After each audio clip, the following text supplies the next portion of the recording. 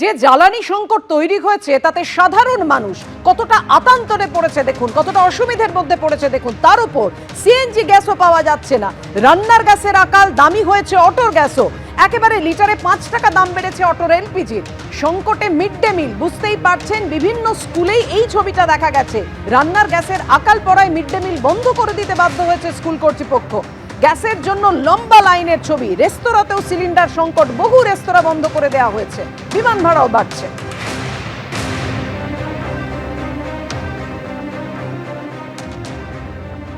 ঘড়িতে সময় বিকেল 5টা, আর কিছুক্ষণের মধ্যে গ্যাস ডিলারদের সঙ্গে বৈঠকে মুখ্যমন্ত্রী। এলপিজি নিয়ে ক্রমশই উদ্বেগ যে বাড়ছে, সমস্ত গ্যাস ডিলারদের সঙ্গে বৈঠকে মুখ্যমন্ত্রী মমতা বন্দ্যোপাধ্যায় এবং ডিস্ট্রিবিউটর থাকবেন এই বৈঠকে। গ্যাস সংকট ডিলারদের সঙ্গে জরুরি বৈঠকে মুখ্যমন্ত্রী মমতা বন্দ্যোপাধ্যায়। একেবারে বর্তমান পরিস্থিতি খতিয়ে দেখতেই এই বৈঠক। তেল উৎপাদনকারী সংস্থার কর্মকর্তারাও উপস্থিত থাকবেন এই বৈঠকে। বৈঠকে উপস্থিত থাকবেন মুখ্য সচিব সহ একাধিক উচ্চপদস্থ আধিকারিকরা। গ্যাসের যে সংকট, জ্বালানি নিয়ে যে সংকট তৈরি হয়েছে, সেই পরিস্থিতিতেই এই বৈঠক।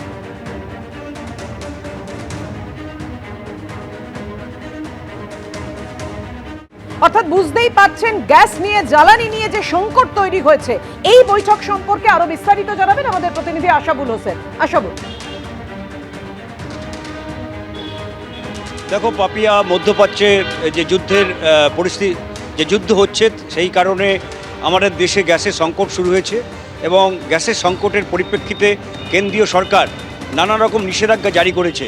যেমন গৃহস্থলী গ্যাসের ক্ষেত্রে বলা হয়েছে যে কেউ বুকিংয়ের পরে 25 দিন পর তিনি গ্যাস পাবেন, তার আগে গ্যাস পাবেন না। অন্যদিকে বাণিজ্যিক যে গ্যাস, সেক্ষেত্রে স্কুল, কলেজ, বিশ্ববিদ্যালয়, হাসপাতাল, জরুরি ক্ষেত্রে যে পরিষেবাগুলো দিতে হয় সেগুলো বাদ দিয়ে অন্য ক্ষেত্রে বাণিজ্যিক গ্যাস ব্যবহার করা যাবে না, বাণিজ্যিক গ্যাস পাওয়া যাবে না। কেন্দ্রীয় সরকারের থেকে স্পষ্টভাবে সেই নির্দেশিকা জারি করা হয়েছে। ফলে কেন্দ্রের এই নির্দেশিকার পরে হোটেলগুলো, রেস্টুরেন্ট থেকে হোটেল, এবং তারা ভীষণ বিপদের মধ্যে পড়েছেন। বহু লোকের কাজ চলে যাওয়ার আশঙ্কা দেখা দিয়েছে এবং পর্যটন শিল্প বড় ধরনের প্রভাব পড়তে পারে।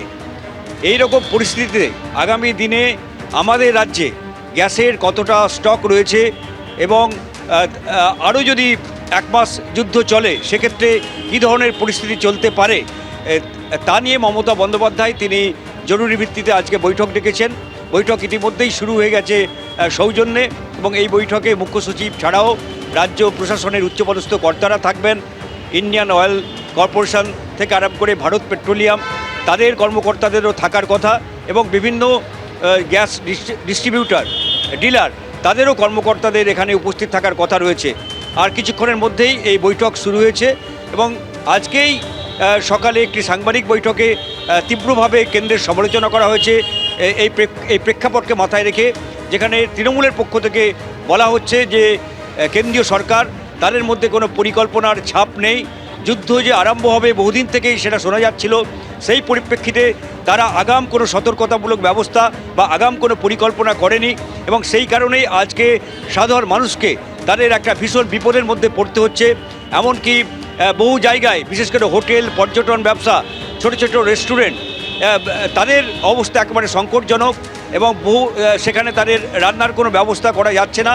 ফলে এই সমস্ত প্রতিষ্ঠানের সঙ্গে যারা যুক্ত রয়েছে তাদের চাকরি, তাদের কাজ চলে যাওয়ার আশঙ্কা দেখা দিয়েছে।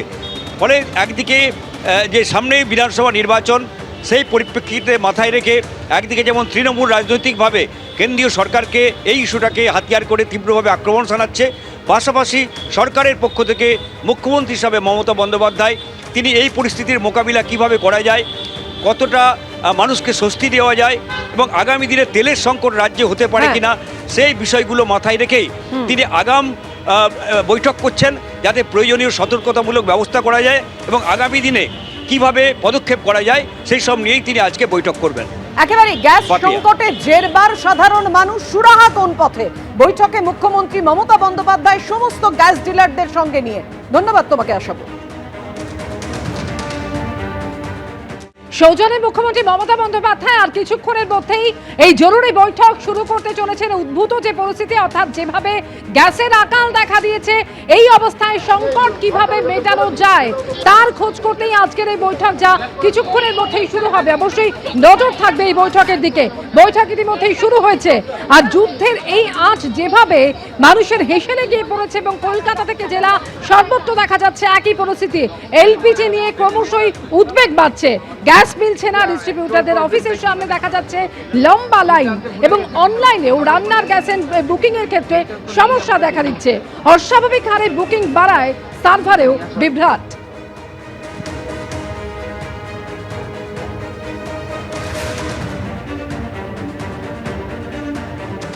আর এলপিজি নিয়ে এই আশঙ্কার আবহের মধ্যেই এনআরএস হাসপাতালে দেখা যাচ্ছে সিলিন্ডারের আকাল। এবিপি আনন্দ, এগিয়ে থাকে, এগিয়ে রাখে।